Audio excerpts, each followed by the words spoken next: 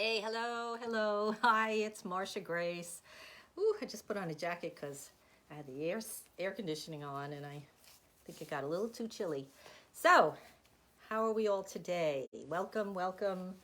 Marsha Grace here, your Calm Creativity Connector.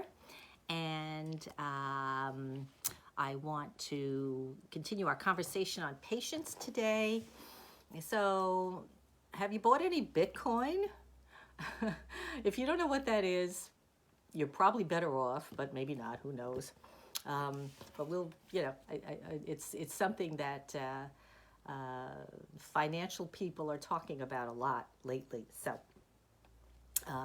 we'll discuss that in a little bit. But how patient are you when it comes to your money? Hmm. Do you lay in bed at night and dream of dollar bills just flying into your wallet? um, yeah, money is an essential part of our well being, right? We need money to pay for our shelter, for our food, for our clothing, and our entertainment. So it definitely is something that's of major importance in our lives. So it's normal to experience stress in financial matters, right? Well, we can talk about that. After all, as I spoke about last week, the devil gets into us and it makes us buy stuff we don't need or can't afford. That devil makes us skip our research and end up buying a termite infested house or a car with a dying transmission. Oh no, I hope that hasn't happened to you. Or maybe you get greedy, right? That devil makes us get greedy. And so we jump in. We hear all this chatter about Bitcoin and stuff, and we jump in to the stock market or cryptocurrencies, and we really don't know a thing about it. So we get burnt. And let me tell you, that happened to me years ago. I lost a ton of money. So been there, done that. And all because of what? Impatience. Yes, that's the problem here in the context of what we're talking about because, it doesn't have to be that way, okay? But really, it's impatience that causes us to do all this crazy stuff. So it takes a change in thinking, in our thinking, a decision to slow down, and get clear. In other words, to nurture your patience. Yes. So you just need to find the right way to do that, right? And for all of us, for each one of us, that'll be different. There's no one way, one size fits all in how to nurture your patience. So some of the things that work for people very nicely are getting outside in nature, walking, biking, riding, swimming, hiking, skiing, whatever it is that gets you outside in the fresh air and just being immersed in this grander picture than just your little old self. That really helps a lot. That might be one way of nurturing your patience. Another way might be to take up a hobby that really allows you to get into it, to really focus in, so it takes up all your mental space. And surprisingly, what that does is it opens up your mind to more creativity and possibilities. Because when you're focused in like that, so essentially focused in on something, that's what happens. You get more openness and clarity, and that allows your patience to grow. You're nurturing your patience when you do that.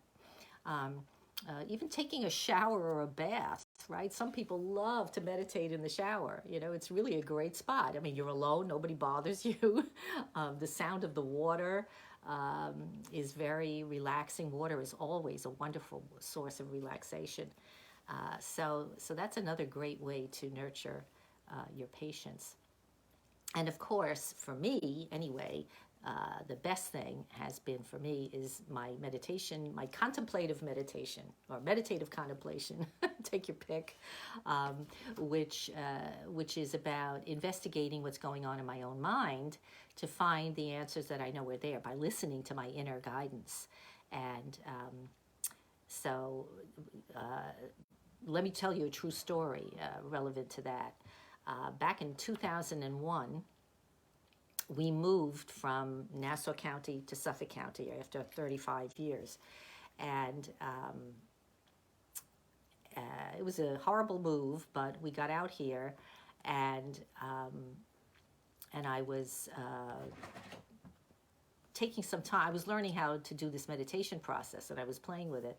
And we had made a nice profit on selling the house in Jericho and then moving out east. So we had some money to invest.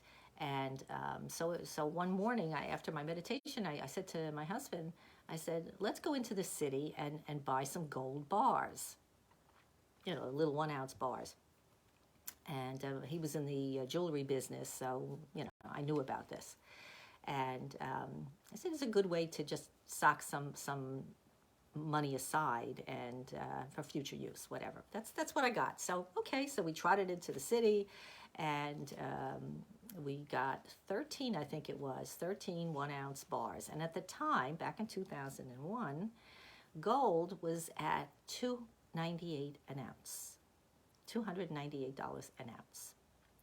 Okay, so we buy it, I go home, I sock it away someplace. I left it in the house, in a, I don't know, in a jar or something, and forgot about it, literally. I just forgot about it.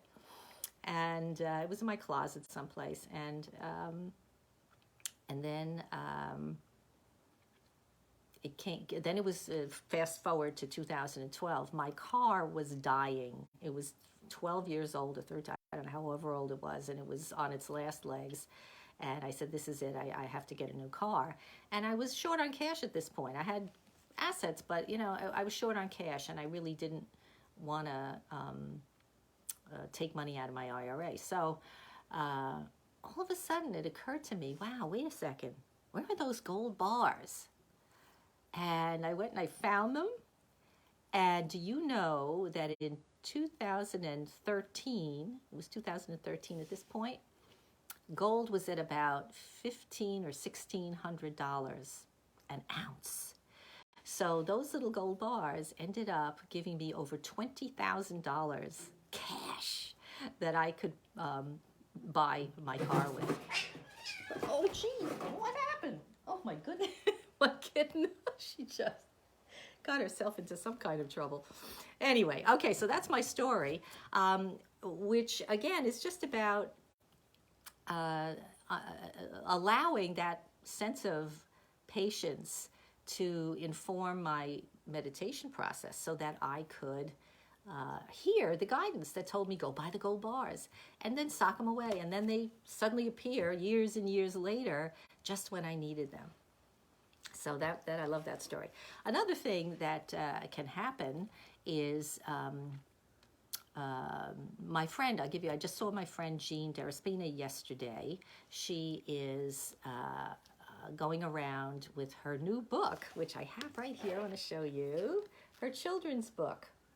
And I know it's probably backwards, right? But it's The Famous Phoebe of Long Island. And it's a story about her dog, Phoebe, and their trips on a boat to Fire Island and stuff like that.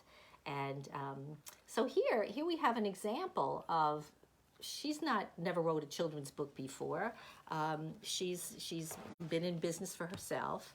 And this is another stream of income to write this children's book. Now, where did that come from? Jean was a student of mine in my less stress course, and she came up with this idea, right? Why don't I write this children's book about my dog Phoebe? So that's another great way to see how we can let our patients inform us by not rushing into things, by letting things just kind of percolate. I like the word percolate, and see what comes out of your consciousness, what comes out of that part inside of you that's prompting you all the time. But if we don't get still and listen, then we won't hear it. So what I have to say about that is patience can help you achieve your financial goals. And wow, who would have thought of it that way? But yeah, it really can. So it may guide you to multiple streams of income, like Jean's book or my book, right? Here's I wrote a book too. So again, another form of income. You may be working with clients, but you might also sell some books. So there's all kinds of possibilities. If you may open an IRA, so you could start saving for the future, right? This is not a bad idea at all. So a few little bucks here and there, put in a regular way, before you know it. What is it? They put the power of what do they call that? I can't think of it. Where it's your money just grows and grows over time. So there are so many ways to let patience help you in your financial goals. So I never worry about my finances, because I nurture patience by trusting my inner guidance. And so can you.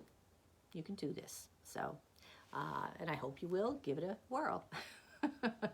All right. Well, all right. It's Friday. Go off. Enjoy the day. It's hot, hot, hot here on Long Island. Enjoy the weekend and the week ahead. And we're having a party in my community, so I'm looking forward to that tomorrow. And I hope you're going to be doing some fun things. So remember, as you go into your day, your week, and the years ahead, everything begins with a thought. So keep your thought, so keep looking at those thoughts, noticing your thoughts, so that you can get rid of the ones that are hurting you. All right. Have a beautiful, beautiful week. Until next time. Bye-bye.